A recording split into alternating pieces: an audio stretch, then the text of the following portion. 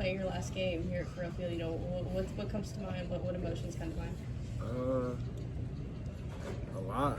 You know, it's been 5 years. I thought last year was the last time, but now this time is really the last time. But nah, I just think about all my teammates I've had in the past, all my coaches that have got me to this point, and just thinking Mizzou one more time. You know, I'm gonna do something special on senior night, but that's y'all see on Saturday. But now I'm excited, but also very sad at the same time.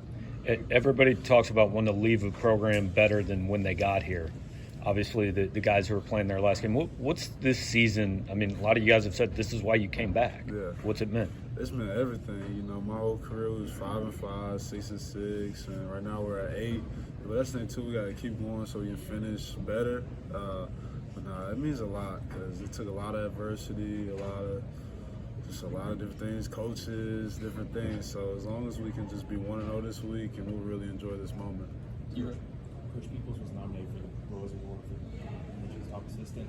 Talk about how good of a coach he's been and how he's helped you with the transition to D this year. Coach Peoples has been a great coach. He's been honestly the best coach I've had ever, like in my whole life of playing sports. The way he's able to break the game down to you step by step and allow me to just grow into a better player.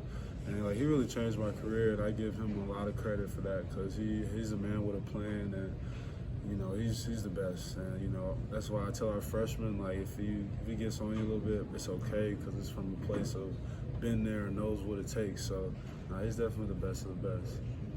You're up 6 straight weeks, I think, with a sack. Knock on wood. So, SEC defensive lineman of the week. I mean, you talked a few weeks ago how you kind of missed the D tackle position, but how are you feeling with defensive end now that some of the accolades starting to rack up? Nah, I like defensive end because it allows me a lot more freedom and a lot more space to, kind of do things that I want to do within the scheme of our defense, obviously. But I like it. And it's just an opportunity for me to play, man. If I play inside or outside, I'm just gonna compete and be the best teammate and best player I can be. But the transition is going great. But I still got to go to practice and get better each week. Is it still neck and neck? Or would you still rather be a DT, or has it changed a little bit? Are they even? It just depends, because that's the thing. Something when we played Tennessee, I was inside a lot, and I had a lot of fun with that. But then it's when we go back to our basement, I go back outside, and then I have a lot of fun. So, whatever the coaches need me to do, and then at the next level, whatever they want me to do, I'm gonna do it regardless. But I just like playing football, honestly. Coach Drink said again today, coming into the year, he was kind of nervous about defensive end because of what you guys lost. When this first came up, was this hey, we think this will help you, or was this hey, we got nobody out there and we really need you? Yeah, I think it was both. It was one, I wanted to show my versatility, show NFL teams that I can play both positions, which shows a lot of versatility for them.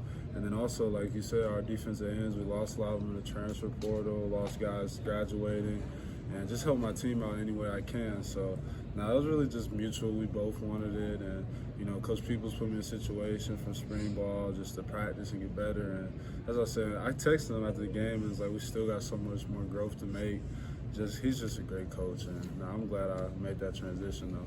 D-Rob, with that odd front, what do you feel like your versatility being able to play both out and in and kind of all over? What do you think that brings to that look? It brings a lot because we don't have to interchange people. You just slide me down and just bring another DB on the field. So, like I said, I can help the team, and I know my size allows me to do it and the flexibility. But really, just Coach Baker, whatever scheme he calls, I'll run into the fight, whatever that looks like. D-Rob, I think you've defeated 3 of the teams you lost to last year. Does playing a team that defeated you last year kind of have any added motivation just when you go out and game plan? Yeah, they definitely do, but especially Tennessee, because I never beat Tennessee since I've been at Mizzou. So it definitely has a lot of motivation. And this week we play Florida, who's a great team. We lost 2 last year, unfortunately, but we just got to be 1-0 this week so we can just ride it out. Because that's what I said, it's going well, but we still got 2 weeks. Because you got to think, we could either have 8 wins, we got 9 wins, or 10 wins. The goal is 10. So whatever we can do to be 1-0 this week, and the past is the past, and it's just a new season, and we got to finish strong. How special is this group of seniors this year? Very special. These are some of my closest friends that I'll always remember. Javon Foster was my host when I came to Mizzou. So to see how that played out and how we go against each other every day is special. I wish I could name everybody, but everybody's had a major impact in my life, and I'm just glad we're going to be able to share this moment together one last time on Saturday. On Saturday, you were talking about how much, Cody Schrader deserved that moment. Now to see him be named one of the Burroughs Awards finalists, what does that mean to you to see him getting that recognition? No, I mean, it's awesome. He deserves it. He works extremely hard. Like we talked about, his story is unbelievable, and just to see the recognition he deserves is awesome. But I know too, he wants to keep going and keep working these next 2 weeks and really be at the best of the best, and because he is. But he just want to keep cementing his legacy, and that's all we're trying to do is just get better and be 1-0 this week. But I'm glad he was able to get that moment. You guys have fueled yourselves so much this year on something to prove and proving people wrong who maybe didn't think you could get here.